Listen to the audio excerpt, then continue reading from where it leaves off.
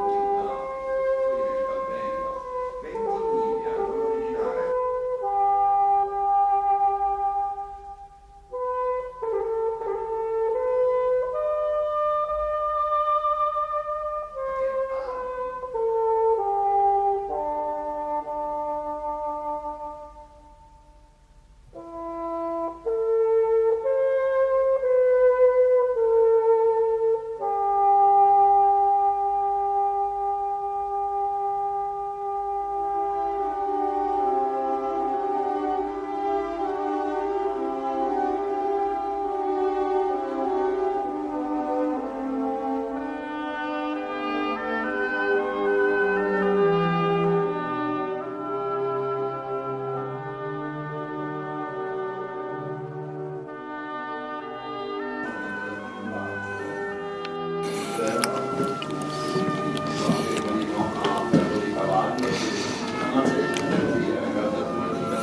problema è che vedete che continua al di là del perimetro della chiesa e non si poteva scavare sotto, no? Avete visto, no? Ed è più o meno quello che ha fatto Federico Usetti, il fondatore del museo civico e da cultura, e di cantina in cantina praticamente è venuta fuori questa situazione qua, in cui vedete in verde c'è la pianta della chiesa di San Giuseppe, questa è la cappella del crocifissa da cui abbiamo iniziato, in arancione ci sono i muri romani che vedevamo. Qui c'è una parte del pulpito, cioè dell'edificio dove c'era la scena, diciamo, e l'orchestra, e la cavea, la parte semicircolare invece è quella che è questo palazzo sopra, che è il palazzo qui di fianco. È in opus settile, quindi sono formelle di marmi di diverso colore e provenienza. Vedrete una di queste formelle che è girata al contrario per far vedere che si intravede ancora un'iscrizione che è tagliata. C'è scritto Dat Laribus, sarebbe Dat Laribus, cioè consacra gli dei Lari. Ma gli dei Lari sono delle divinità minori nel Pantheon latino e tutelano la casa privata, non gli spazi pubblici. Questa cosa ha fatto capire che in questa insula, in questo quartiere della città romana, prima del teatro, che è stato uno degli ultimi edifici pubblici costruiti ad Alba Pompeia, c'era una domus, una bella casa con il suo saccello degli dei là. Hanno tirato giù la domus ma hanno riutilizzato tutto quello che potevano, compreso i marmi, per fare il teatro. Ad Atene tutti i teatri sono consacrati al dio della vite e del vino. Quindi qui c'era il teatro, poi cosa è successo? Finita l'epoca romana, iniziata la crisi del tardo antico, che qui è nel III secolo è già forte, cioè l'epoca romana finisce prima da queste parti di fatto, no? La città ha una forte crisi urbanistica e gli archeologi che scavavano gli strati del IV, V, VI, VII secolo qua si annoiavano perché trovavano soltanto riempimenti di buche di palo.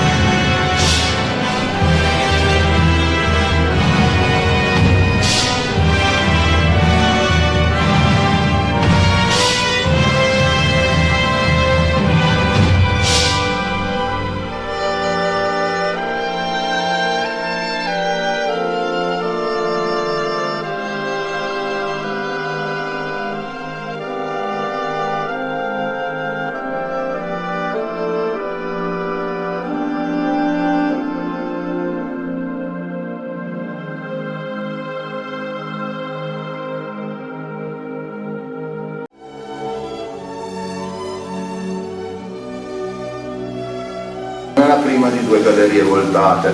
Infatti qui c'è il passaggio segreto per andare da un'altra parte. Questo progetto abbiamo portato a termine qua. Questo, come vi dicevo, dagli anni 70 si sapeva che l'unico locale di epoca romana conservato per interno elevato. Nel 2018 qua c'era una discarica abusiva, i primi. Allora, i Liguri, ne sapete qualcosa, immagino, siete un popolo molto antico, eccetera, mediterraneo. Sapete che praticamente sono rimasti alla preistoria, non hanno prodotto una propria letteratura, forse qualche iscrizione qua e là, però pressionavano molto i popoli antichi, in particolare i romani e i greci che hanno scritto di loro. Quindi qui abbiamo fatto una selezione delle citazioni dei latini e dei greci che parlano dei Liguri. E iniziamo con quella di Diodoro Sicolo. In generale le donne sono uguali agli uomini, lavorano, corrisponde alla carica. Questo invece è un altro simbolo di potere. Qual è il privilegio della curula? Il senatore poteva parlare in piazza, quando finiva e arrivava il servo, gli apriva la sella curula e lui si sedeva. I montani che sono proprio là. Infatti Albenga e Alba, Albium Ingamum, l'alba dei Liguri Ingami, poi diventa Albenga. Ventimiglia, il nome originale è Albintimilium, cioè l'alba, la capitale dei Liguri Intenti. E la radice è questa, c'è anche in Albissola, c'è anche nell'Albi francese, non ve ne devo andare a controllare, se non voglio sbilanciarmi. Potrebbe essere, ed è la stessa radice che c'è nella parola albie, perché la radice è alb, quello che è in alto è anche quello che è più importante. Quindi la parola alba significa capitale del territorio, che è una cosa vera.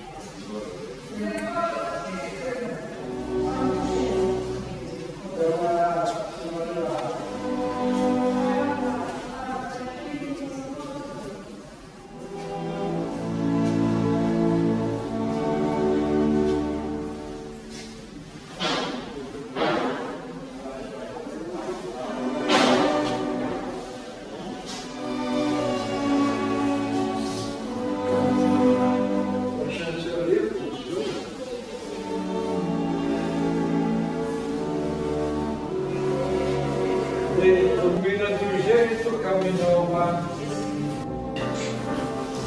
Tutta roba originale.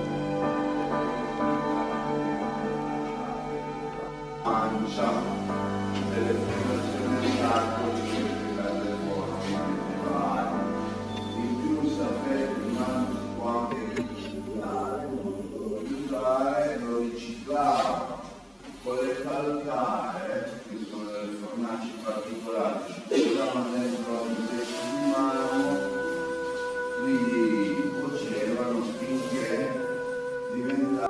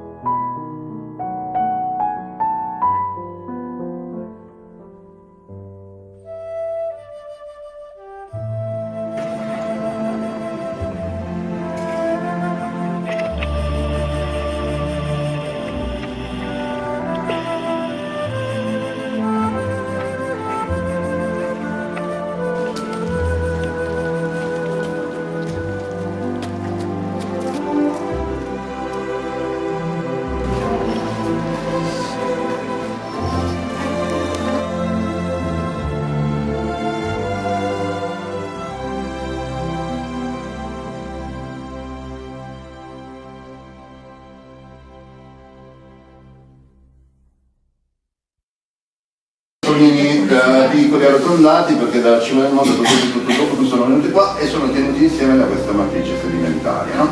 Quindi c'è questa pianura costiera dove 5 milioni e mezzo di anni fa cammina proprio il mastodonte di Verduno. Sembra che la storia sia finita, qui geologica invece no, muore proprio 200.000 anni dopo, si riapre lo stretto di Gibilterra, l'oceano Atlantico si rovescia di nuovo nel Mediterraneo, torniamo sotto a 2000 metri di acqua, non 200, 2000 in pratica, comodo, proprio da mettere in giardino. Lui, proprio l'esemplare, è stato molto fortunato perché ha vissuto molto a lungo. Infatti quei molari, vedete che sono molto consumati, sono quasi lisci. I mastodonti si chiamano così perché il nome significa denti a mammella, perché di solito emerge, tutte le istituzioni vogliono fare un sopralluogo per dare una ruspa